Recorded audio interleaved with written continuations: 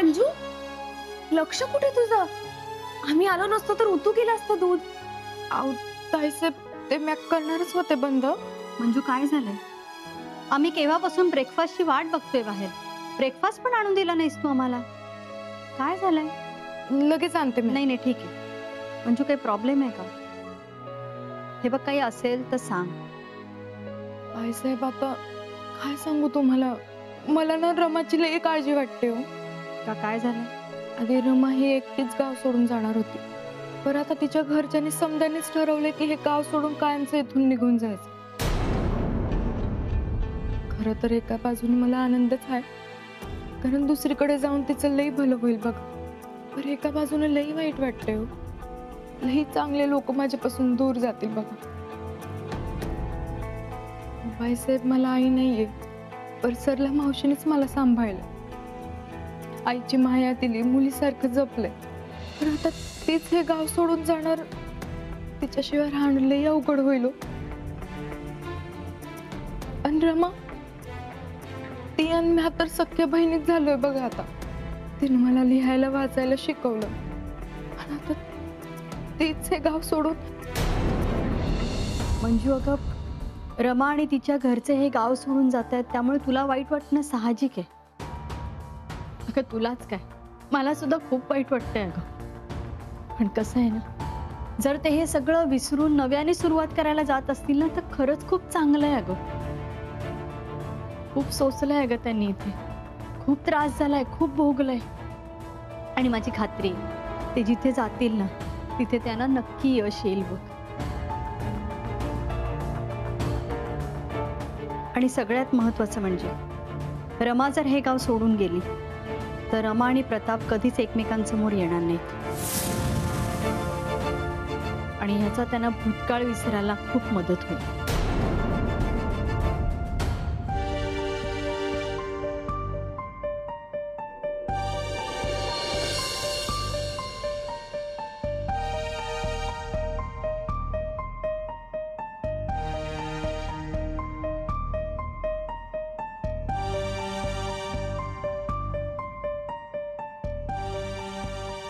हाय.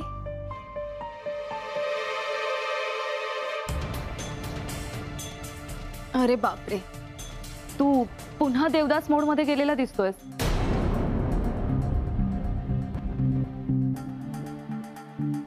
C Pratap, मला हे कळलंय की तुला माझ्याशी एंगेजमेंट नाही करायची. खरंय ना हे?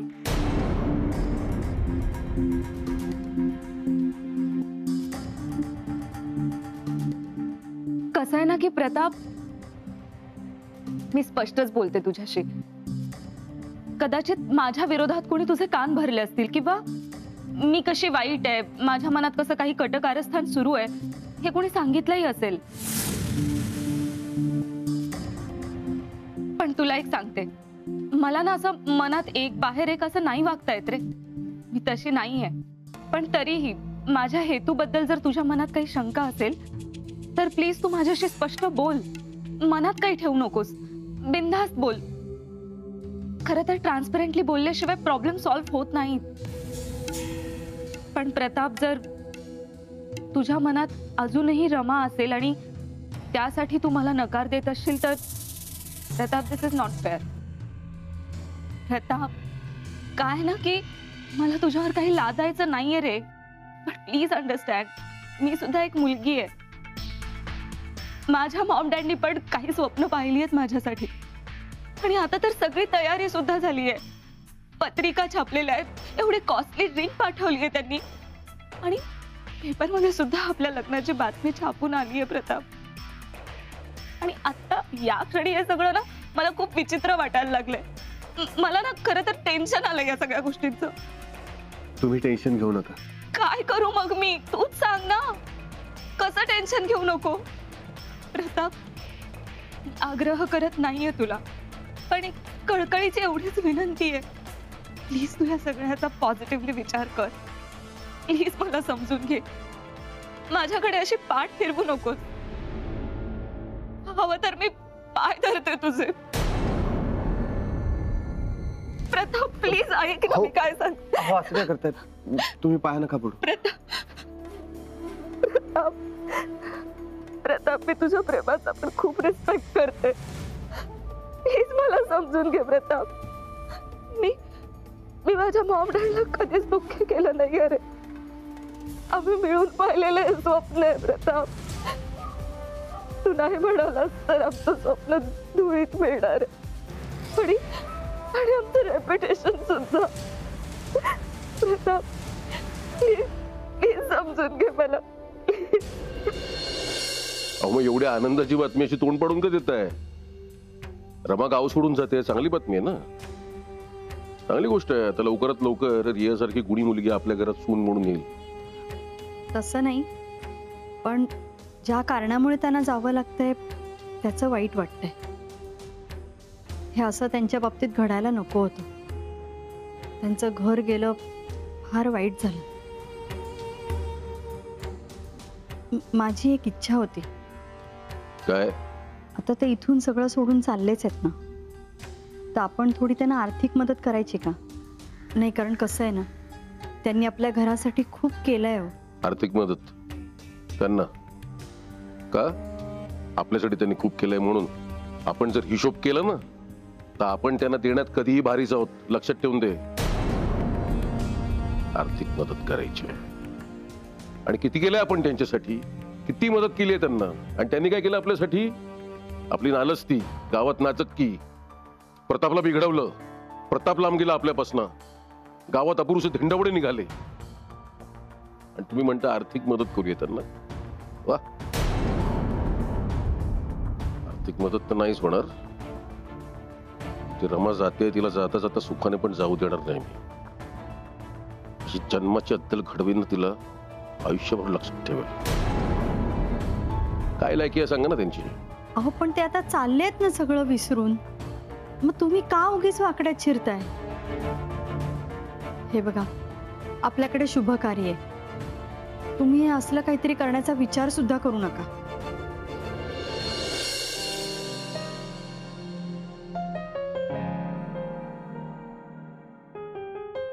मंजू,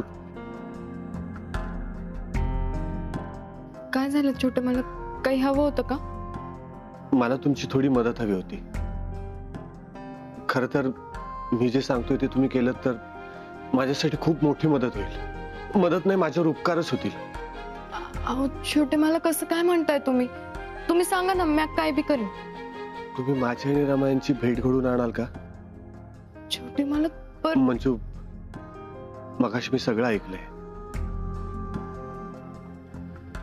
मला माहितीये रमा एकदा गाव सोडून निघून गेल्यानंतर त्यांची आणि माझी कधीच भेट होणार नाही. तुम्ही काही करा, काही कारण द्या, पण एकदा आमची भेट घडून आणा.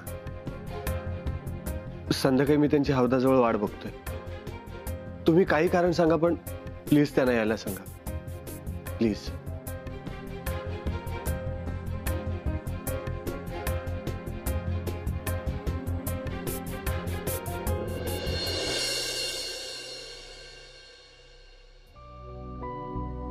पाणी देते. नाही नको. अहो ते तुम्ही गेलो तर ते काम झालं ना? म्हणजे एवढा धाक असल्यासारखं काय विचारतेस? हे बघ आई, तुला सांगितलं होतं ना, सगळी सोय झाली. आता माझ्या मित्रांनी तालुक्याला एक घर बघितलंय. तसं छोटं आहे, पण आपण एक काम करू, आपली इथली जी जमीन आहे ती विकून टाकू आता आणि ते घर विकतच घेऊन टाकू. घर तसं थोडं लांब आहे, लांब म्हणजे दूर जरा शेतात असल्यामुळे थोडे एकाकी आहे. पण आता माणसांपासून लांब राहिलेलंच बरं, नाही का? खरंय तुझं. तेव्हा बिरुबा असंच लक्ष ठेवू बाबा आमच्यावर. अहो आपली शेती कोण विकत घेते? म्हणजे जमिनीच्या व्यवहाराचं बोलून आलोय असं समज की ठरलाच आहे व्यवहार. पैसे आले ना की इथून गाशा गुंडाळून निघून जाऊ. गाशा गुंडाळाला राहिलंय काय? विंचवाचं बिराडे पाठीवरच कुठं पण जा. आई, मग डोळ्यातनं पाणी काढायचे दिवस गेले आता. अरे ही रमा कुठे? मंजू बरोबर बाहेर गेल्या जरा. ती आली की तिला पण सांगून टाकू.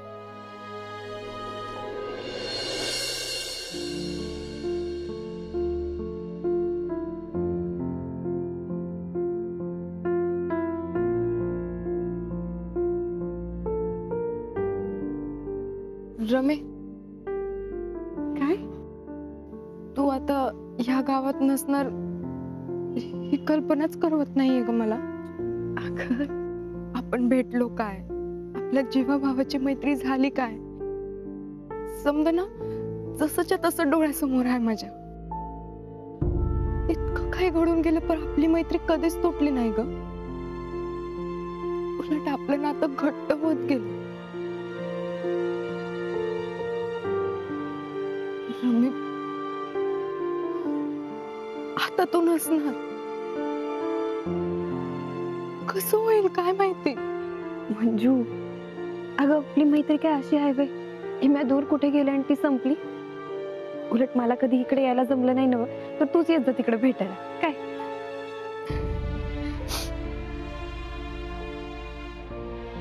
बरं रमे, तुला सांगायचं राहून गेलं. अगं तुला आपल्या पतपेढीकडून मदत हवी होती ना. हा, बरं त्याचं काय ग आता? अगं त्याच्या संचालिका येणार आहेत आणि ज्यांनी पतपेढी उभी केली ना त्या बी येणार आहेत. आणि मी असं ऐकलंय की त्या आज हौदाजवळच फेरफटका बी मारणार आहेत. काय हौदाजवळ? वय म्हणजे मी बाई साहेबांकडून ऐकलं. तू जाऊन भेट की त्यांना, बोल त्यांच्याशी, त्या मदत करतील बघ. बरं, पण अगं म्हणजे तू आता का सांगतेस? नाही म्हणजे इतका वेळ आपण गप्पा मारत होतो तेव्हा सांगायचंच की. अगं विसरून गेले होते मी.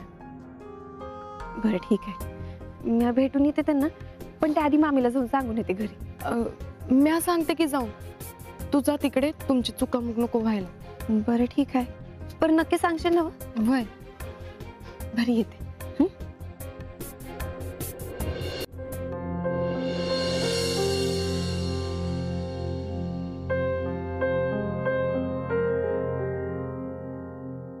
प्रताप, सॉरी प्रताप, मी सारखं तुला अडवते टोकते, पण नाही तसं काही नाही, बोला. काही नाही. मला फक्त एवढंच विचारायचं होतं की तू काही विचार केलास का, काही ठरवलंस का? नाही, अजून काही ठरवलेलं नाही. ठीक आहे, तू काही ठरवलं नसशील तर राहू दे. तू जास्त स्ट्रेस घेऊ नकोस आणि काही ठरवूही नकोस. खरं तर मी तुझी माफी मागायला आले होते.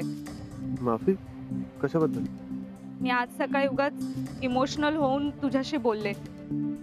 अजिबात विचारच केला नाही की तू कुठल्या टेन्शन मध्ये आहेस, काय विचार करतोयस. सॉरी, खरं तर मलाच आता हसू येतंय की मी सकाळी खूप किडीश सारखं वागले. आणि आत्ताही मी तुला हे सांगायला आले की तुला जर माझ्याशी लग्न करायचं नाही आणि रमाच तुझ्यासाठी योग्य असेल तर माझी काहीच हरकत नाहीये. मी आत्ताच माझं सामान घेऊन इथून निघून जाते. मला तुम्हा दोघांमध्ये नाही यायचंय. तू फक्त माझी मुंबईला जाण्याची व्यवस्था कर. मी घरात सुद्धा कुणाला काहीच सांगणार नाही. हा निर्णय मी फक्त तुझ्यासाठी घेतलाय. तुझ्या आयुष्यातून कायमचं दूर जायचं ठरवलंय.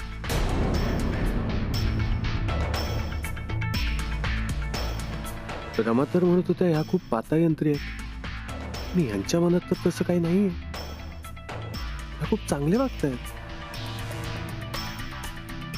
प्रताप, मी काय म्हणते ते ऐकतोयस ना? हो, पण मी आता जरा बाहेर जातोय. मी तुम्हाला नंतर भेटतो, आपण बोलूया.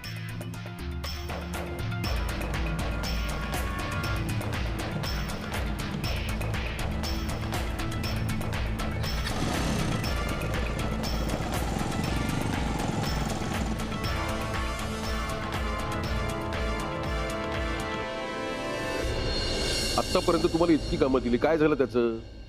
हं? एक काम तरी पूर्ण केलं का? काही ना काहीतरी गोंधळ घातलाच ना तुम्ही. नाही नाही, मला फालतू करायला सांगू नका. आता यावेळी जे काम दिलंय ते तरी नीट होईल ना? सांगितलं ना ते जाऊ दे म्हणून. यावेळी जे काम दिलंय ते जर नीट झालं नाही तर मला तुमच्यावरती काहीतरी ऍक्शन घ्यावी लागेल, लक्षात ठेवा.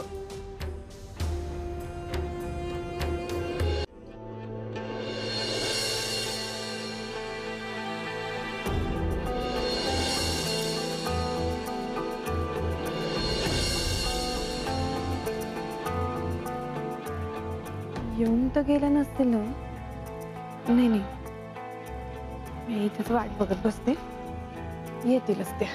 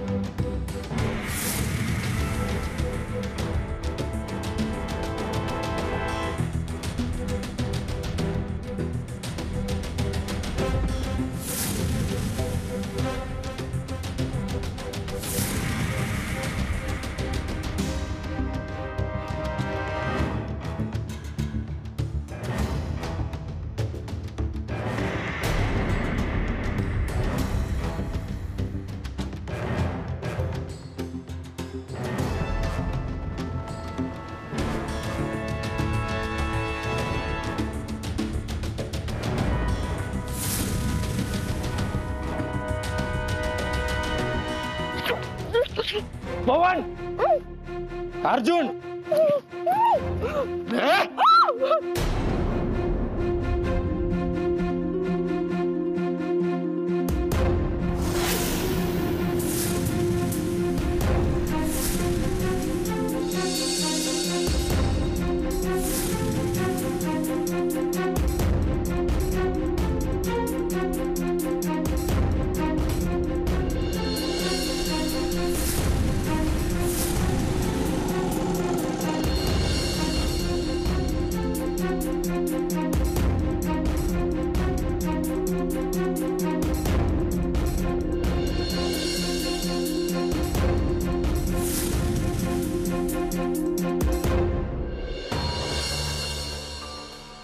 रमा,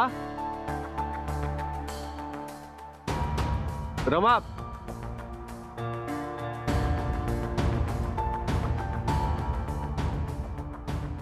अजून आलेच नाहीत की येऊन परत गेले? नाही, काही करून आज बोलणं झालंच पाहिजे. मंजू, जेवणाची वेळ होत आली. अगं उलटून चालली. रमा का नाही आली अजून? कुठे आहे ती? अगं मावशे, असन की येतच कुठेतरी, किंवा येत असन कुठून तरी. अगं रमा तुझ्या बरोबर होती ना, म्हणून तुला विचारतीये. कुठं आहे ती? अगं मावशे, येईलच किती. आपण जेवणाची तयारी करू, तोवर येईल ती. एक मिनिट, म्हणजे तुला खरंच माहिती नाही रमा कुठे आहे ते? म्हणजे तू काही बोलत का नाहीये? हे बघा, आम्ही जेव्हा तालुक्यावर आलो तेव्हा रमा तुझ्याच बरोबर होती, त्यामुळे तुला नक्की माहित असणार आहे रमा कुठे आहे.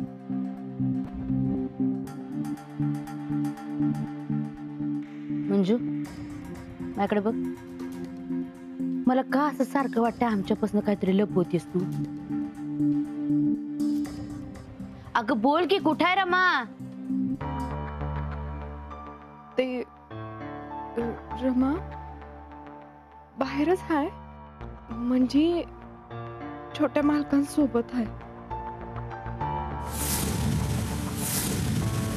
त्या मालकांसोबत कसं काय?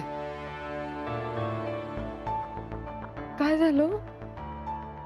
छोट्या मालकांना समजलं की तुम्ही समजे हे गाव सोडून निघून जाताय काय, त्यामुळे त्यांनी मला सांगितलं की रमाला शेवटचं भेटायचं आहे.